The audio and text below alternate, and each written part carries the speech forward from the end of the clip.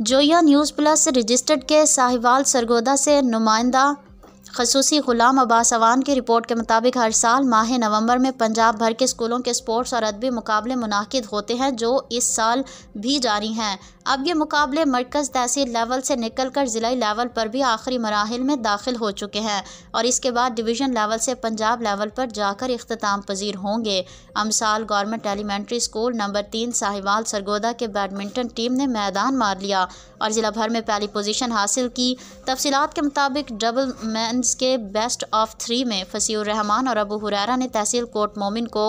20/12 और 20/18 से शिकस्त देकर गोल्ड मेडल अपने और स्कूल के नाम कर लिया। इसी तरह क्रिकेट मुकाबलों में भी एलिमेंट्री स्कूल नंबर 3 ने ज़िला भर में दूसरी पोजीशन हासिल की है। दोनों टीमें जीतकर जब सुबह स्कूल पहुंची तो स्कूल के तलबा और स्टाफ ने टीम इंचार्ज मलिक अख्तर और दोनों टीमों का ज़बरदस्त और जोशो खरोश से इस्तकबाल किया। तहसील साहिवाल की सियासी, समाजी, तालीमी और शहरी हलकों की तरफ से इस शानदार कामयाबी पर हेड मास्टर और स्टाफ खसूसन मलिक अख्तर की मेहनत और लगन को खराज तहसीन पेश करते हुए मुबारकबाद दी है और बच्चों को डिवीज़न और फिर पंजाब लेवल तक मुकाबला करने के लिए मज़ीद सख्त मेहनत करने का मशवरा दिया है।